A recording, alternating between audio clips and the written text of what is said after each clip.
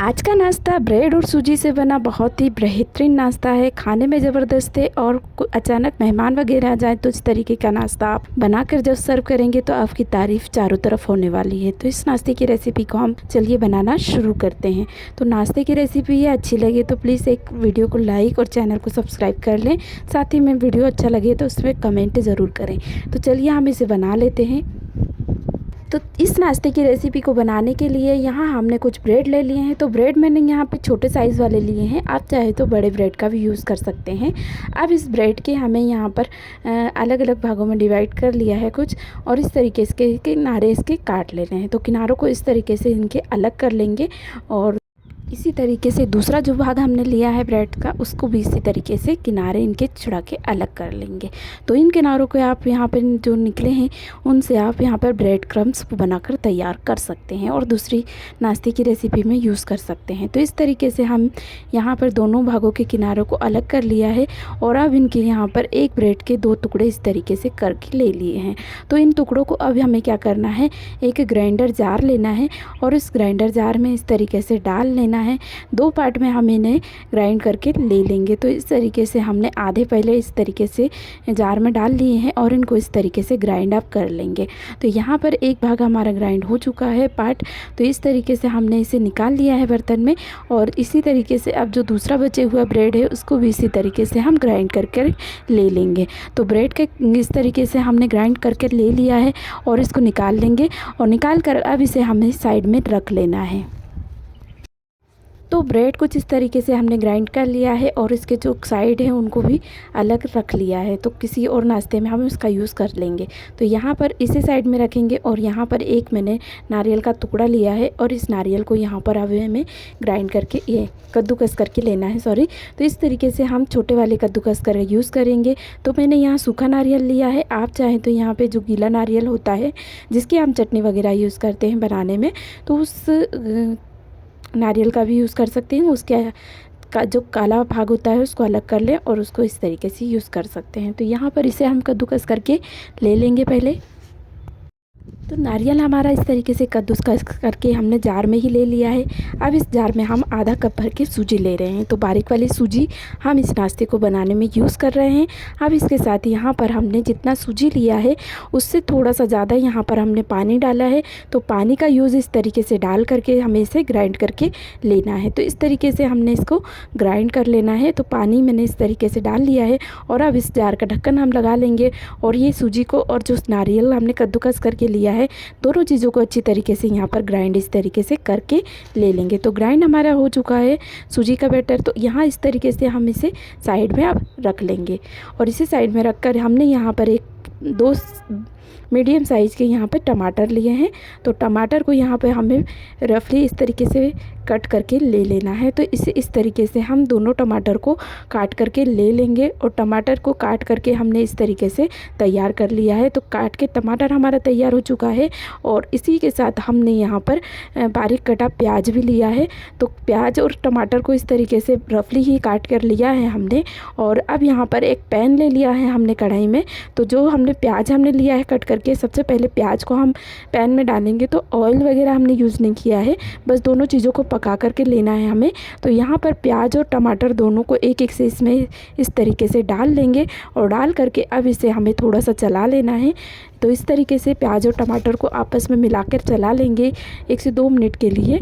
Gas को यहाँ पे लो टू मीडियम रखेंगे और चला करके इस तरीके से इसे ढककर थोड़ी देर पका लेंगे। तो थोड़ी देर इसे ढककर पकाने के बाद यहाँ पर हमें खोल कर इसे फिर से देखना है और 1 मिनट चला लेना है। साथ ही में यहाँ पर थोड़ा सा हमने पानी डाला है, 2 से 3 चम्मच इसमें पानी डालकर फिर से इसे पका लेंगे। तो थोड़ा सा चलाकर फिर से इसे ढक करके हम पका लेंगे और पका करके यहाँ पर फिर से इसे चला लेंगे। तो देखेंगे ढक्कन निकाल के इसका देखेंगे तो सॉफ्ट हो चुका है जो प्याज और टमाटर है हमारा इस तरीके से। अब इसको फिर से हमें 1 मिनट चला लेना है और चला करके यहाँ पर हमने खड़ी मिर्च का यूज़ किया है, लाल खड़ी मिर्च का। तो इसमें इस तरीके से हम डाल लेंगे और डाल करके फिर से इसे ढक करके पकने देंगे। तो ढक करके हमें इसे फिर से पका लेना है 2 मिनट के लिए और 2 मिनट के बाद फिर से हमें इसे खोल करके देखना है। फिर से चलाएँगे और चलाने के बाद यहाँ पर अब हमें इसे निकाल लेना है। तो यहाँ पर एक इस तरीके से बाउल में हम इसे निकाल रहे हैं। तो इसे बाउल में इस तरीके से हम निकाल करके साइड में रखेंगे और इसका यूज़ हम बाद में करेंगे। तो इसको थोड़ा ठंडा होने के लिए साइड में रख लिया है हमने और यहाँ पर गैस पे हमने उसी पैन को साफ़ करके ले लिया है। तो पैन में हमने इस तरीके से थोड़ा सा गर्म कर लिया है पैन को और कुछ भी नहीं डालना है पैन में हमने।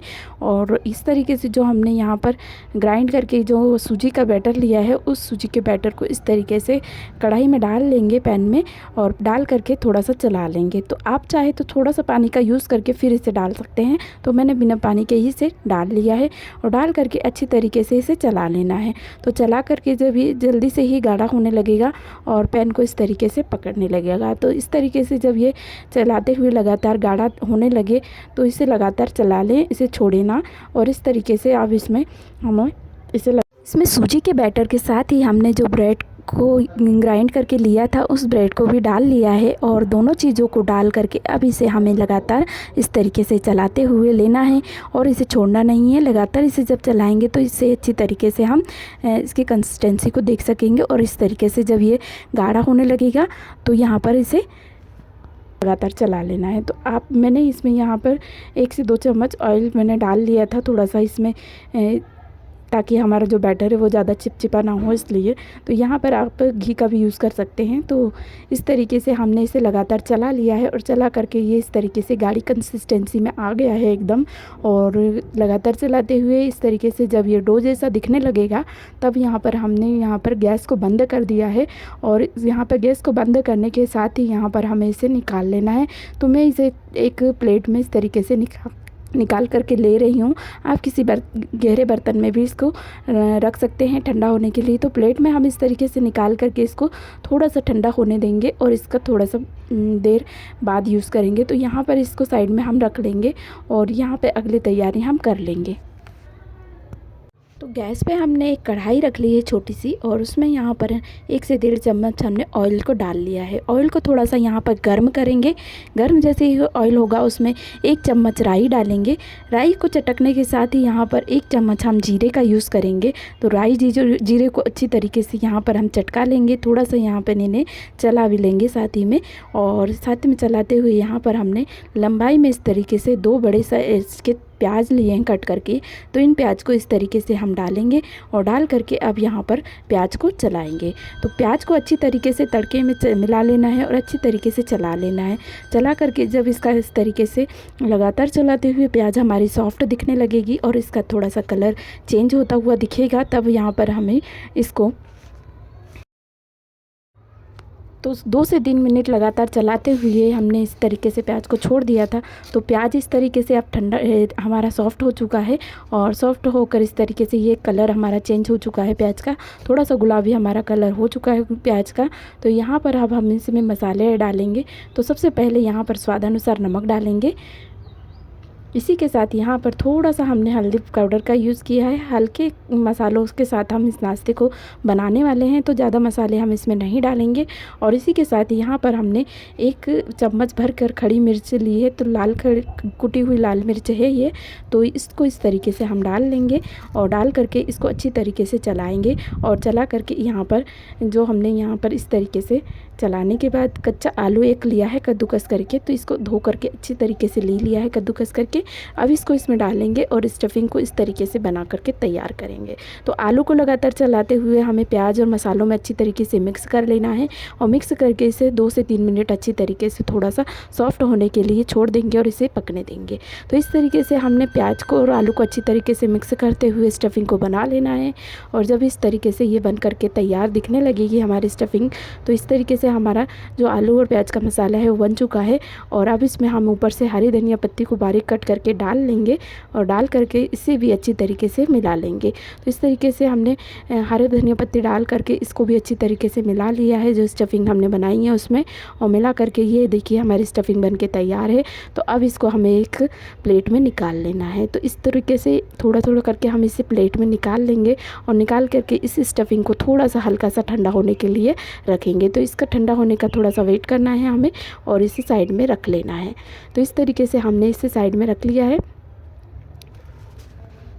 तो अब हम जो हमने सूजी वाला डो बना के ठंडा होने के लिए रखा है उस डो की ओर चलेंगे और उस डो को अच्छी तरीके से हाथों से मसलते हुए इसको मुलायम कर लेंगे।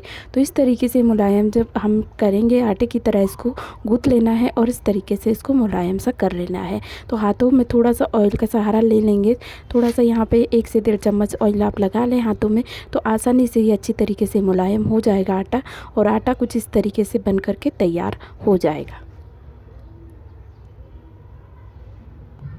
तो फ्रेंड्स डो इस तरीके से बना करके हमने हाथों से मुलायम बना लिया है और बना करके ये डो तैयार हो चुका है। तो यहाँ पर एक चकोटी का हमने यूज़ करना है क्योंकि हमें इसकी रोटियां बना करके तैयार करनी है। तो इस डो में से हम 2 बराबर लोइयाँ, बड़ी बड़ी सी लोइयाँ तोड़ करके ले लेंगे और एक लोई को इस तरीके से चकोटी पे लेंगे और ले करके यहाँ पर जो हमने लोई ली है, एक लोई को ले करके इस तरीके से इसको गोल गोल बना करके अच्छी तरीके से बड़ी सी लोई मुलायम बना लेंगे और बना करके इसकी रोटी इस तरीके से बेल करके तैयार करेंगे।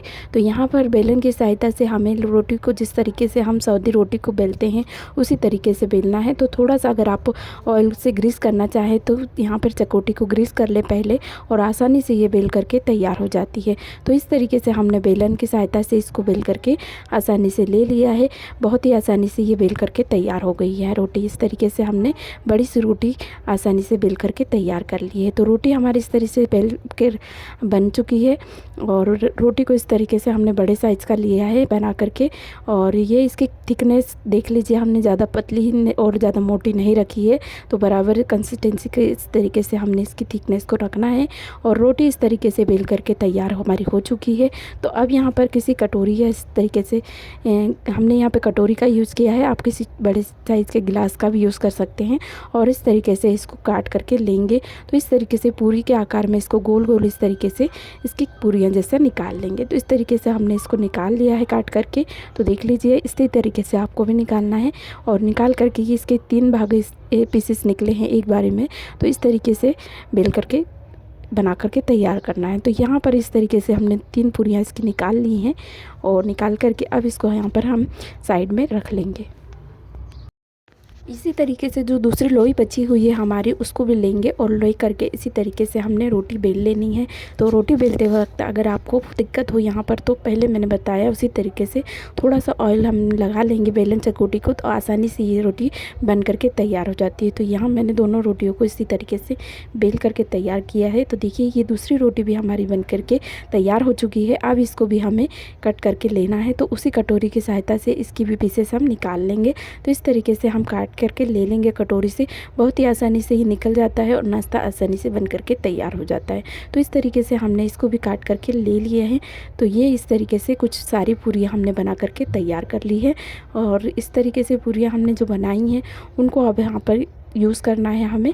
तो यहाँ पर जो हमने स्टफ़िंग बना के रखी है उसमें से यहाँ पर जो स्टफ़िंग भी हमारी अच्छी तरीके से ठंडी हो गई थी उसमें से 1 से 2 चम्मच इस तरीके से स्टफ़िंग को डालेंगे एक पूरी पर और यहाँ पर जो दूसरी पूरी बनी हुई है उसमें से एक पूरी को लेंगे और इसके ऊपर इस तरीके से डाल करके इसको प्रेस करेंगे। तो चारों तरफ से उंगलियों की सहायता से इस तरीके से प्रेस करके दोनों को जोड़ लेंगे आपस में और इस तरीके से जोड़ करके कुछ तैयार करेंगे। तो इसी तरीके से हम बाकी बची हुई पूरियों को भी करेंगे। तो एक एक से पूरी को लेंगे और इसी तरीके से यहाँ पर जो हमने स्टफ़िंग बनाई है उस स्टफ़िंग को भरेंगे और इसी तरीके से हमने एक एक से सारी पूरियों को बना करके तैयार कर लेना है। तो इस तरीके से देखिए हमने एक पूरी को लिया है, स्टफ़िंग को इस तरीके से भरा है और भर करके एक एक से ये इस तरीके से सारी बना करके तैयार हमने कर ली है। तो मैंने यहाँ दूसरी पूरी भी आपको दिखा दी है। स्टफ़िंग को भर के यहाँ पर दूसरी पूरी को रखेंगे और उंगली की सहायता से इस तरीके से चारों तरफ से हमें इनसे प्रेस करके दोनों जो पूरियाँ हैं और स्टफ़िंग है उनको आपस में इस तरीके से जोड़ करके ले लेना है और इस तरीके से नाश्ते को बना करके तैयार करना है। तो बाकी बचे हुए पीसेस को भी इसी तरीके से कुछ हम बना लेंगे। जब पूरियों में स्टफ़िंग को भरेंगे और आपस में इस तरीके से जोड़ करके बस ले लेंगे तो एक एक से सारी पूरियाँ इस तरीके से बन करके हमारी तैयार हो जाएगा जो नाश्ता है वो। और इस तरीके से नाश्ता हमारा रेडी है सारा बन करके। तो फ्रेंड्स इसी तरीके से हमने सारे नाश्ते को एक एक से बना करके यहाँ पर तैयार करके रख लिया है। ये देखिए सारा हमारा बन करके यहाँ पर नाश्ता जो है वो तैयार है और अब यहाँ पर इस नाश्ते को पकाने की ओर हमें चलना है। तो यहाँ पर हम गैस की ओर चलते हैं अब। तो गैस पे यहाँ पर हमने एक बड़ा बर्तन रख लिया है और इसमें यहाँ पर हमने 1 लोटा लगभग यहाँ पर पानी डाल लिया है। तो पानी को यहाँ पे गर्म होने के लिए रखा है हमने। इसके ऊपर हमने एक छन्नी का यूज़ किया है। तो छन्नी को इस पर रख कर इस तरीके से हमने ऑयल से ब्रश से ग्रीस कर लिया है। ऑयल को लगाकर ब्रश से हमने इस तरीके से ग्रीस करके ले लेना है और इस पे इस तरीके से हमने एक एक से नाश्ते को इस तरीके से रखते जाना है। तो नाश्ते को इस तरीके से थोड़ा सा डिस्टेंस में रखना है ताकि अच्छे से आपस में पक जाए और चिपके ना। तो इस तरीके से हमने इसे रख लिया है और रख करके इसे आप सारे नाश्ते को रखने के साथ ही इस पे एक लीड या ढक्कन रख लें और ढक करके इसको यहाँ पे 10 से 15 मिनट के लिए हमें स्टीम करना है, यानी कि पका लेना है। तो इसको इस तरीके से पकने देंगे और इसे ढक करके हमें इसे 10 से 15 मिनट इसे पकने के लिए छोड़ देना है। तो इस तरीके से इसको हमने पकने देने के लिए छोड़ दिया है और अब यहाँ पर दूसरी हम तैयारी कर लेंगे। तो फ्रेंड्स, नाश्ता हमारा पक रहा है, तब तक हम यहाँ पर एक मिक्सर जार लेंगे। तो मिक्सर जार में जो हमने यहाँ पर बाउल में टमाटर और प्याज को पका करके लिया है, मिर्ची डाल करके कुटी हुई, तो उसको यहाँ पर मिक्सर जार में इस तरीके से डाल लेंगे और डाल करके इसको इस तरीके से बिना पानी डाले ही यहाँ पर इसको ग्राइंड कर लेंगे। तो यहाँ पर ढक्कन लगा कर इसको पीस करके हम लाते हैं। तो इस तरीके से हमने इसको ग्राइंड कर लेना है। तो कुछ इस तरीके से ये ग्राइंड होकर तैयार हो चुका है। अब इसे हम खोल करके देख लेंगे और जो इसका ढक्कन में इसका जो बैटर लगा हुआ है, मिश्रण लगा हुआ है चटनी का, तो इस तरीके से हम इसको चम्मच की सहायता से निकाल लेंगे और बाउल में इस तरीके से सारी चटनी को हम निकाल करके ले लेंगे। तो इस तरीके से हमें इसे चटनी बना करके तैयार करनी है। तो जार से चटनी को इस तरीके से हम निकाल लेंगे और इस तरीके की चटनी आप टमाटर और प्याज को थोड़ा सा बॉईल करके इस तरीके से बना सकते हैं। बहुत ही आसानी से बन जाती है। अगर आप इसमें चाहें तो मूंगफली के बीजों को भी डालकर इसका टेस्ट दोगुना कर सकते हैं। तो इस तरीके से हमने इस चटनी को बना करके निकाल लिया है। तो इस चटनी को हमने इस बाउल में निकाल करके ले लिया है। अब इसमें एक तड़का हमें लगाना है। तो इसे थोड़ी देर के लिए हम इस बाउल में ही रहने देंगे और इसे ऐसे ही साइड में रख लेंगे। तो अब यहाँ पर जो हमने नाश्ता पकाने के लिए रखा है उस नाश्ते को देखेंगे। तो यहाँ पर चटनी वाले बाउल को ऐसे ही रहने देंगे और अब हम नाश्ते की ओर चलेंगे। तो यहाँ पर हम गैस की ओर आ चुके हैं और अब जो ये लीड है उसे खोल करके हम नाश्ते को देखेंगे। तो ये देखिए, नाश्ता हमारा इस तरीके से बहुत अच्छी तरीके से पक चुका है। आप इसके ऊपर की शाइनिंग भी देख सकते हैं, कितना शाइनिंग आया है इस पे और बहुत ही अच्छी तरीके से ये स्टीम होकर तैयार हो गया है। तो नाश्ता कुछ इस तरीके से बन करके हमारा तैयार है। अब इस नाश्ते को हमें निकाल लेना है। तो यहाँ पर इसे इस तरीके से थोड़ा सा पास से भी देख लीजिए, बहुत अच्छी तरीके से ये पक चुका है। तो अब इसको थोड़ा सा हम हल्का सा ठंडा होने के लिए रख लेंगे। तो ये ठंडा हो रहा है, तब तक हम यहाँ पर एक तड़का बना लेंगे जो हमने चटनी बनाई है उसके लिए। तो यहाँ पर छोटे से हमने कटोरे में यहाँ पर 1 से 1.5 चम्मच ऑयल को गर्म करने के लिए रख लिया है। तो इस तरीके से ऑयल को हम गर्म करेंगे तो बहुत ही अच्छी तरीके से तड़का बना के तैयार हो जाएगा। तो इसमें हम यहाँ पे जैसे ही ऑयल गर्म होगा वैसे ही 1 चम्मच राई और जीरा डाल करके ये तड़का इस तरीके से बना लिया है और इसी में हमने थोड़ा सा नमक ऐड कर लिया है क्योंकि हमने नमक नहीं डाला था ग्राइंडर जार में। तो इस तरीके से हमने इसमें नमक भी डाल लिया है और ये तड़का ज़बरदस्त सा बन के तैयार है और चटनी भी हमारी बहुत ही टेस्टी सी बन करके तैयार हुई है। तो अब यहाँ नाश्ता भी हमारा ठंडा हो चुका था, तो हमने इस प्लेट में इस तरीके से नाश्ते को निकाल लिया है।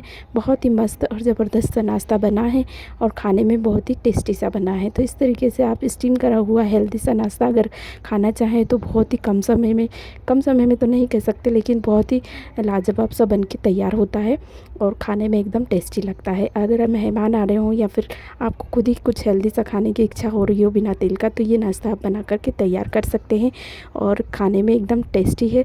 तो बच्चों से लेकर बड़ों तक को अगर आप हेल्दी सा कुछ खाने को देना चाहें तो इस तरीके के नाश्ते को बना करके तैयार कर सकते हैं।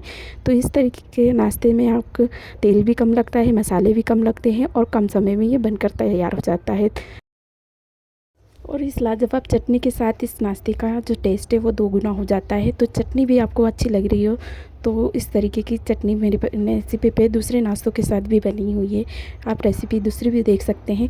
तो ऐसे ही नई नई रेसिपियों को देखने के लिए यहाँ चैनल को सब्सक्राइब कर लें और साथ ही में घंटी के बटन को भी दबा करके प्रेस कर लें, जिससे कि आने वाली रेसिपियों की नोटिफिकेशन आपको मिलती रहे। साथ ही में ये वीडियो कैसा लगा उसके लिए आप कमेंट ज़रूर करें और एक छोटा सा लाइक करके जाएंगे।